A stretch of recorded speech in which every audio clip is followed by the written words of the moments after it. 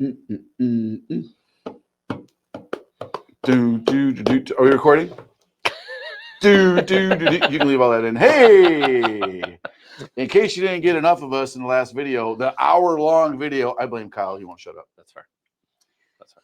He's a blabbermouth. I like to talk. Skippets was intense. That was heated. It wasn't intense. It was in this room, which is not a tent. We're not intense. So it wasn't get it? Intense. Okay. All right, that's it for us. You've been good, everybody. You're welcome. Good evening. We're out of here all week. Subscribe and follow for more content that may or may not be intense. Okay. First off, like, subscribe, and comment your like number. Comment your like number, and you're going to win all of these books in my piles. These are my 3 top books. 3. Yeah, hold on to your horses. Giant pile of books. You know, who has a horse to hold on to? Hold on to your horses, much less 2 of them. Yeah, horses. I don't even have 1 horse to hold on to, much less 2 horses. Thank God. Hold on to your mobile device. There you go. Everybody's holding on to one of those all the time. Because we're about to get into it. So I'll lead the charge because you have 3 whole books over there. I have 4. You have 4. Ooh. Oh, I didn't read Conan. Damn it. I want to read it so bad. Every time I pick it up, something happens and I don't read it. Okay. Yeah. These are probably going to be mostly Kyle Skippets or my mez. What it looks like.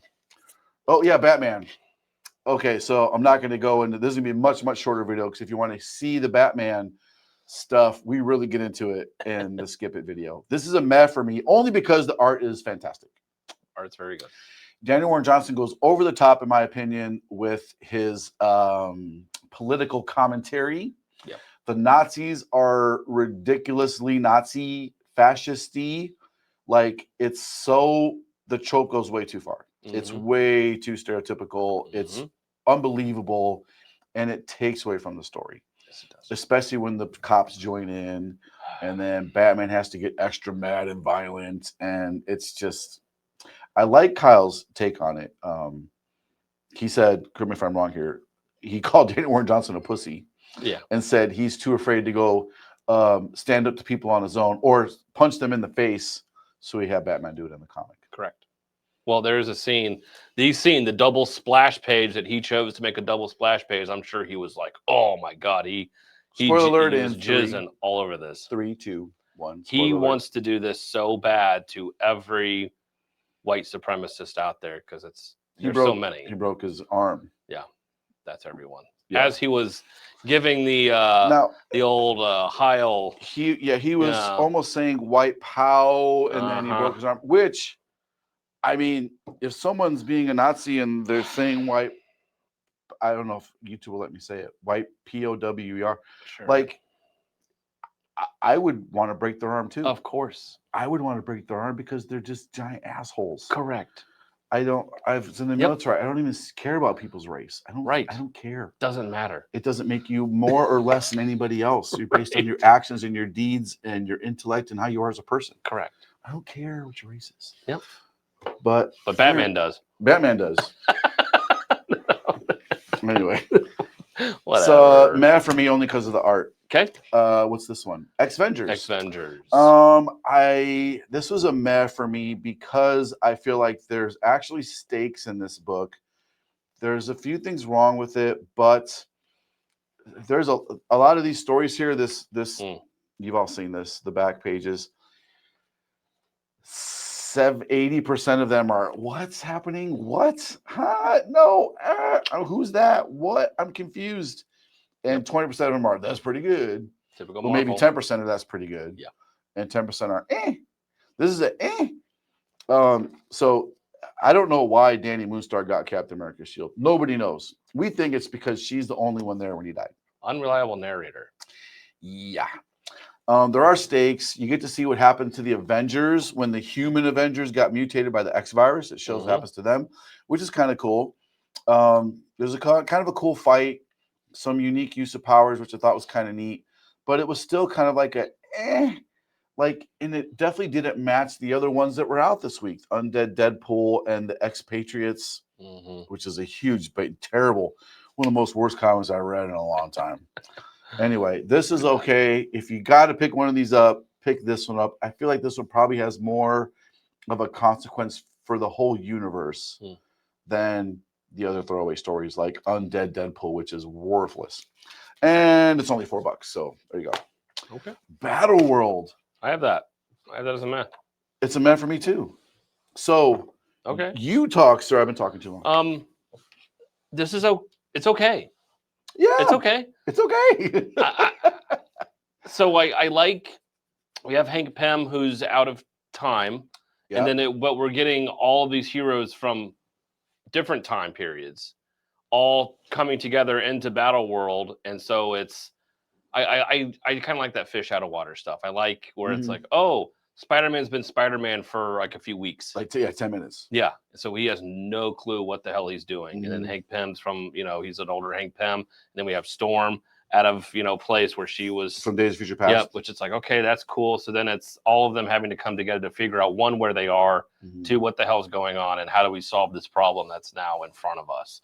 And so I like those aspects of this. It's just, I'm just sitting here thinking, and what? Like, is this just like an Elseworlds fun story? Like, what's the point? Like, where's this leading to? Yeah, overallness of the Marvel universe. I'm like, is this just a fun little throwaway? Because it could have been a one shot. Well, there's so much happening in the Marvel universe right now. Right. In the 616, right? Yes. So the X-Men are in X years into the future, 10 years into the future.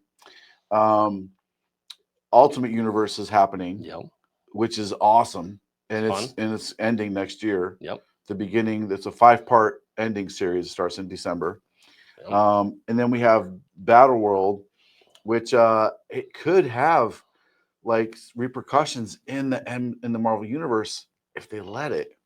Right. Now, don't get too excited about the cover with Mystic on it. This was kind of cool. The cross-gen old trade dress on it. Yeah. I was digging this a lot. And I'm keeping this in my personal. I have another copy. You can win this one. This is going to stay in my personal collection. I was digging it. And I feel like who wrote this again? What's the guy's name? Christos Gage. Christos Gage. This dude loves these characters in the Marvel universe. You can tell his love for these characters pours off of every page. It is so good. I even recommend reading the last pages first, because just like issue 1 in the back, he has a description of what characters show up. Excuse me. I should not be drinking while I'm doing these. He has a description of where all the characters come from and like their first appearance, what version of this character it is. I really enjoy reading the back of this stuff. Yeah. So I thought it was pretty cool. I enjoyed it a lot. Yeah, and then the fun at the end, who we get showing up. I don't want to spoil. Yeah, and even that version of him, I was like, "Oh man, that's old school 80s version." And then I read the description. I was like, "Oh yeah, I was right." I was like, "Oh, that's cool." But yeah, it's not a must get, but I really enjoyed it. And if you skip some money reading some garbage, this is worth the $4. Yeah, I like when Arcade is taken somewhat seriously because he's bad. Yeah, Battle World can be a place where like he literally runs everything. He's in charge of it's like the Matrix for him, and he is in charge of everything. He controls every molecule in there. In his world. Yeah, and so how they go about doing that and how they can stop him, I think it's pretty messed up, like what he does to fight Arcade. I was like, oh damn, it is pretty good. That's dark. And that's an amazing use of his power. Very. Ant-Man or Hank Pym. Yeah. Great use of his power. Like, wow, you did what? Mm-hmm. Like, I didn't even think about that. A lot of fun. I was like, that's clever. Yeah. But yeah, I can have fun. There's enough fun in here to be had. And I like the banter and stuff between the characters. Yeah, it was pretty good. Yeah. I enjoyed it for sure. Yeah. Not a must read. No. But it's really good. If you want a break. So I also enjoyed Black Cat. I didn't read Black Cat. I'm enjoying. It's not a must get. Okay. It's not a must get. She's very well written. The story flows very well. She's fish out of water, like you're saying. She's trying to be a good guy, but it's not going very well for her because she's been a bad guy for so long. Right. And all the other bad guys are like, screw you, you're really a bad guy. Mm. She's getting no respect. No one listens to her. Mm. It's very interesting how well written it is, the situation she's put in, how she gets out of a situation, what happens to the next situation. I almost stopped reading it when stupid ass Miss Marvel shows up in the middle of the book. I almost dropped it right here. I was like, oh God, I'll give it one more page. Luckily, she disappears very Throw quickly. her into everything. Well, and the only reason she was in there, well, I'm sorry, she's literally only in that one page. Okay. She's 2 pages. And they even say, she's in New Jersey. I'm the New Jersey hero. That's why I'm here. Okay, made sense. I enjoy the art. It's very Ramos-y. It does look very Ramos. Very Ramos-y. Oh, she got some boobage going on. Yeah, there. they finally didn't put word balloons over every single scene of her cleavage, which whatever editor did that for the last issue was so annoying. And now she's going to go see the big boss. She's going to go see Tombstone. So I'm excited about the next issue. So if this keeps up, it may be a top 10 for me. Oh, I definitely had room this week for it, but I just can't say it's a must read yet. There's some must get covers, I would say, of some of these. Oh, I bet they're pretty good. The Hugheses are pretty good. Money Shot. So I've liked Money Shot, and some of them have made it into my top 10. Right. It's a book about scientists that go and have sex with aliens to raise money for their research, pretty much. Tim Seeley's writing it. You can tell it's kind of a labor of love for him. And I think Patton Oswalt too. Yeah, written by Tim Seeley and Patton Oswalt. But what's good about it is there's like no politics in it. It's just fun. It's weird. It's campy. It's talk about crazy situations. Like I love seeing crazy scenarios where someone's imagination is just like, imagine if we did this, and they're like, yeah, and then they do it. This one's a mad for me because there's just a lot happening. I feel like the plot got way too intense. Way too intense. It's like I'm for a book called Money Shot. There's one scene where these two characters that hate each other, a guy and a girl, and they wind up banging, but they don't. They could have explored that so much more because they had fun. They enjoyed it. And they were like, we have to do this. This is ridiculous. And then they like really liked it. And they're like, we're not going to talk about this. It's like, no, talk about it. Like explore the characters and their thing and maybe have them have a crush on each other now, but they can't stand each other, but they can't stay away from each other, but they hate each other. That'd be a fun dynamic, but they missed it. So it's a meh for me. We talked about beauty. It's a meh for me. Okay. I am going to read the next one. I think it could be pretty cool. Okay. So Jeremy Hahn and Jason Hurley. I don't know about Jason Hurley, but Jeremy Hahn's written a lot of stuff. Okay. And some of it's been pretty good. I can't remember off the top of my head what it is. I should probably know that. But I do have positive feelings and memories associated with his name. The art in this is pretty solid. It doesn't distract from the book. It's not over the top. You can tell clearly what's happening. The pacing is pretty good. It's just not a must read for me yet. Now, if you're a fan of beauty and you read the first series of it, then go ahead and pick it up. It's about an STD that makes everybody beautiful. It makes you perfect. You lose fat. Your hair is perfect. Your skin's perfect. You become super hot. And everybody wants to get this STD, but there's repercussions of what's happening. They hint to it in the first couple pages, and then we get into like almost a spy story. So it's kind of cool, a spy story with the background of this disease everybody wants to get and what it does to them and how it affects the culture is pretty cool too. So it's interesting. It's interesting. It's a mess for me. Thor got downgraded because Kyle showed me how terrible some of this stuff was. You're welcome. In the last video, you want to see me change my mind in real time. I changed my mind in real time. I would say I'm open to changing my mind if someone presents me with evidence or compelling evidence to say, you know what, you're right. I'm blinded by my love of the first 2 issues. I didn't realize how bad this one became. Yeah, I don't want to say bad, but there's definitely some weird things happening, especially with Loki. It's really stupid. Yeah, and Thor needs to. Can we just have him become Thor again? Like, can he just like can we just forego hit this? his lightning on a thing, and then he turns into Thor? He's like, oh, I forgot where I was in a drunken stupor, and Loki cast a spell, and I've been a construction worker. Man, that was back. a stupid story. Man, I'm glad I'm back to Yeah. me again. My last meh is Imperial. Okay, you decided to undertake that, eh? Okay. Hickman. Yeah. Hickman is not for the faint of heart. No. I'll tell you that. So Jonathan Hickman is probably an Alan Moore level writer. Whoa. I know. I just said that.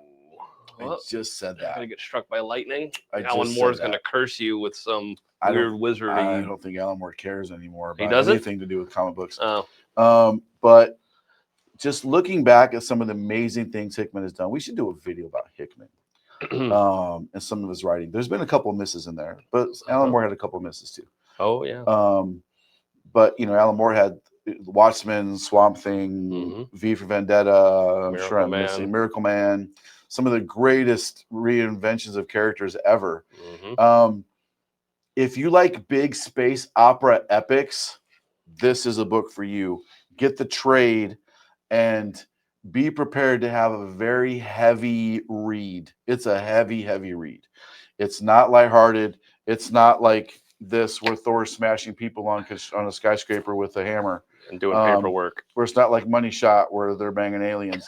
This is galactic politics and fights between many different, the Shi'ar, the Kree, the Skrulls, the intergalactic empire of Wakanda.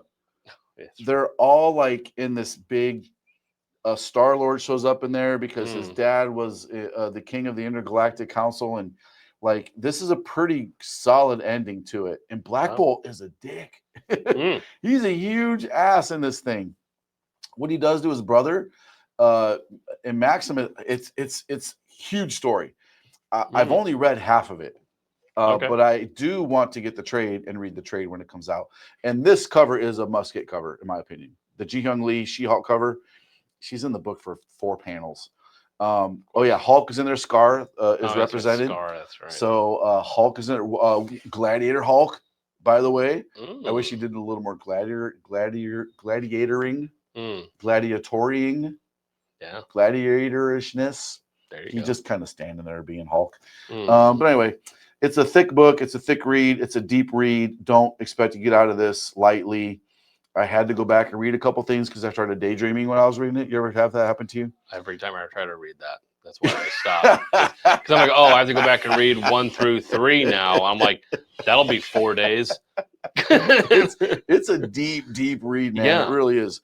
But it's up there. It's up there with it's heavy. So not to get too much in Hickman, but the beginning of Krakoa era with Powers of X and House of X, or House of 10, Powers of 10, House of X, Powers of 10, whatever it was. Yeah. That was Hickman's world, and it was, I'm going to say it was brilliant what he did with Moira McTaggart and her lives restarting, and then going back and trying different things and making her a mutant, and then how that affected everything, what she was doing. But then once Hickman left, it all went to shit. It started out probably one of the best X-Men stories, I think. It's up there in the top 5, not best, because there's great Claremont stuff out there. But House and Powers of X, the way it started was just fantastic. It was fresh. It was exciting. I couldn't wait to read the next one. And then it all kind of went to poop because Hickman he left or something happened. Politics, some shit happened there. He dropped out of it. Imperial is like Hickman fulfilling a vision. There's a great Hickman run on Fantastic Four, probably one of the best, well, close next to Byrne. One of the best Fantastic Four stories around is the Hickman run that he did on it. Okay.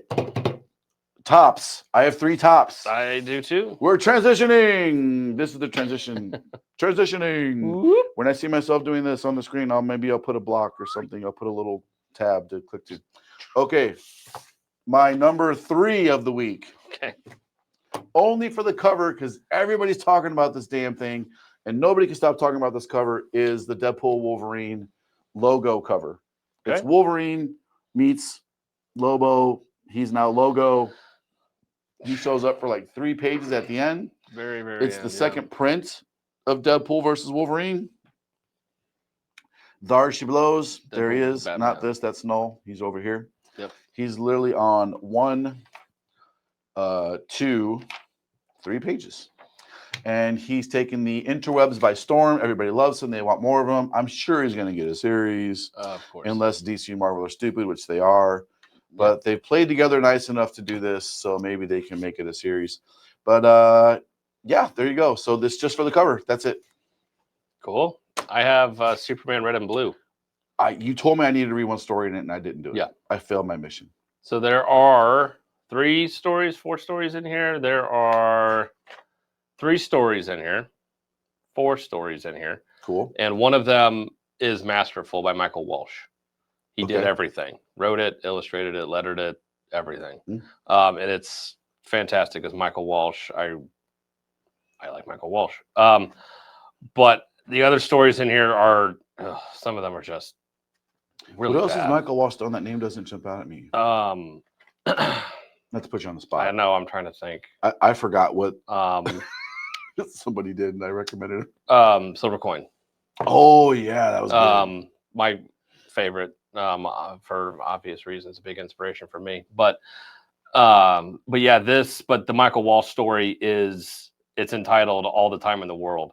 And it's Superman dealing with everything, like in the day in the life of Superman, where it's just go, go, go, go, go, go, go. When I'm trying to be a dad, I'm trying to be a husband, I'm trying to do this, but all while he's hearing, help me, help me, help me. What are you going to do? You know, this, that, and like, you know, it gets very sad. Like he saves this old man, he tries to bring him to the hospital in time, you know, and then what happens with the old guy? It's like, you know, it's sad. It's beautiful as somebody who is, you know, new to being a dad-ish. You know, I have a 2-year-old. It's like it's those little things that little time you have, you know, with your son. It's just so important, and you know, all trying to do all those things in your life, and can you do all those things and still be Superman and still be a husband and still be there for your family? It's like it just hits you right in the feels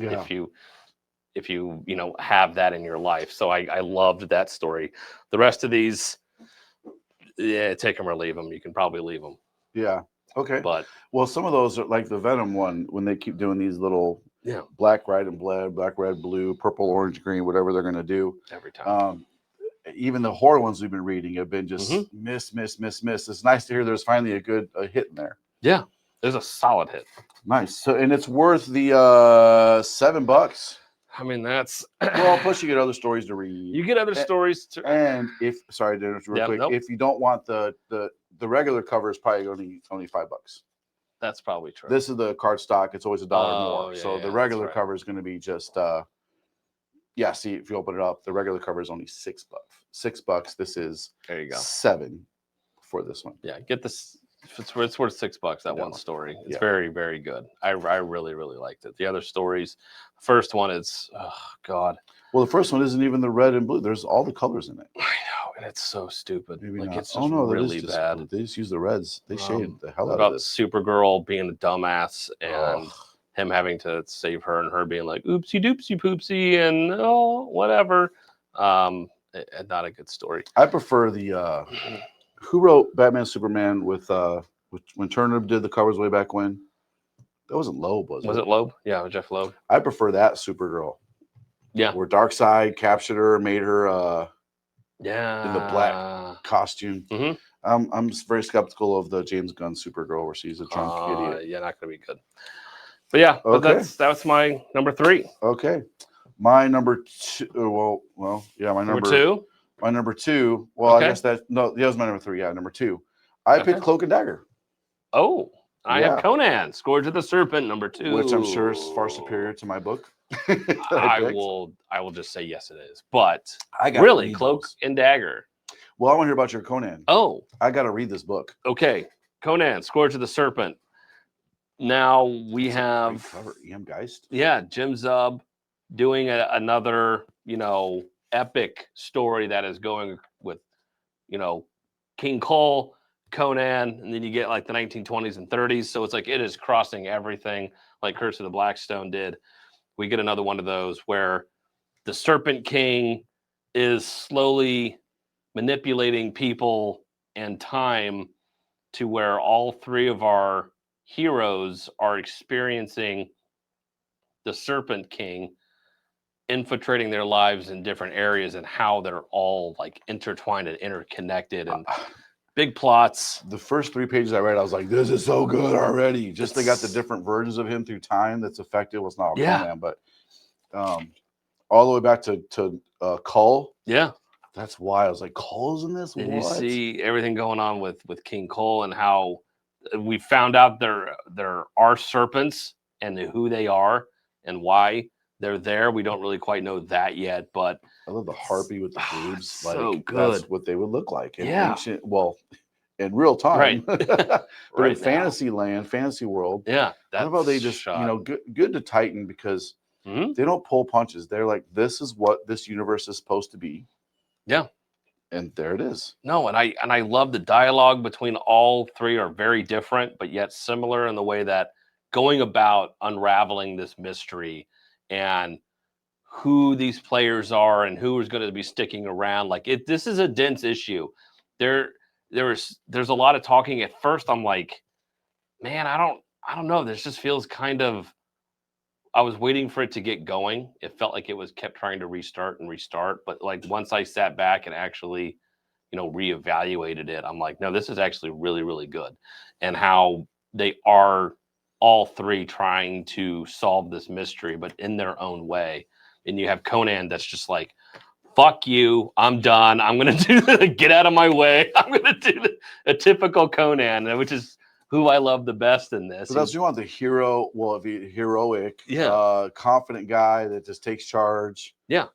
Who's like, we're going to hang you and we're going to try you for this. He's like, good fucking luck. If you want to try to come at me, go right ahead. Come at me, bro. Yeah. And then you see how that turns out for this. So I love this series a lot. So much fun. So first off, this cover is just fantastic. It's a nice cover. Yeah. This is one of the best Dagger covers. Like, man, you need to get this. So I like this. It's also kind of a key because you got the first appearance of a kid between Cloak and Dagger. Oh. So she may show up, who knows, or she just dies at the end of the universe, who knows. But they kind of get to something happened to them and they can't occupy the same space. Oh. So they're like, she'll be fighting a bad guy and be like, Cloak, I need you. And then she like disappears and Cloak shows up. Okay. And then Cloak's like, hey, it's your turn to come back, Tawny. And then boom, and then Dagger shows up. And they're like, where do you go when you change? And they're like, oh, we go someplace I don't really say. But then they show Cloak in this like weird space. It looks like a bedroom with a daughter. Like, I want to know the bedtime story. I already read you 3. Mommy reads me 5. Okay, I'll read you 2 more. And then they kind of pan back and you see that it's really just this big dark space with a bedroom in it. So you still don't really know where they are. Just a void. But there's a lot of heart in it, surprisingly. And I gotta tell you, man, the bad guys, the Fenris twins, they murder like 60 people in this, and the heroes don't win. They try to stop them. They can't stop them. They don't win. The people die. Some become mutants. They go into the school. And there's a threat now. Like they're on their way. They're like, oh, now we know where all these humans are. We can continue to convert, which means kill, 75% of them. So there's stakes, So I'm really surprised that I like this so much. And the cover just catapulted it to me into a must get. The story was solid, and the cover makes it just, yes, sir. And that's an X Revelation tie-in, right? It is. It's a tie-in. Okay. Yep. Age Revelation tie-in. So they're out there bebopping and scotting around with everybody else. They're booping and jooping with all the people. All right. Yeah, the Fenris twins show up, and I love when they're supposed to be very evil, and they are. They are very evil. And there's also a soldier that's kind of cool in here, and he gets the X virus and he lives, so he gets powers. So he may be something. You never know what's going to happen with these. Like Sugar Man's first appearance was issue 2 of a tie-in to the Age of Apocalypse. Total throwaway book, probably way under ordered. Oh yeah. But then he becomes a big character in the Marvel universe.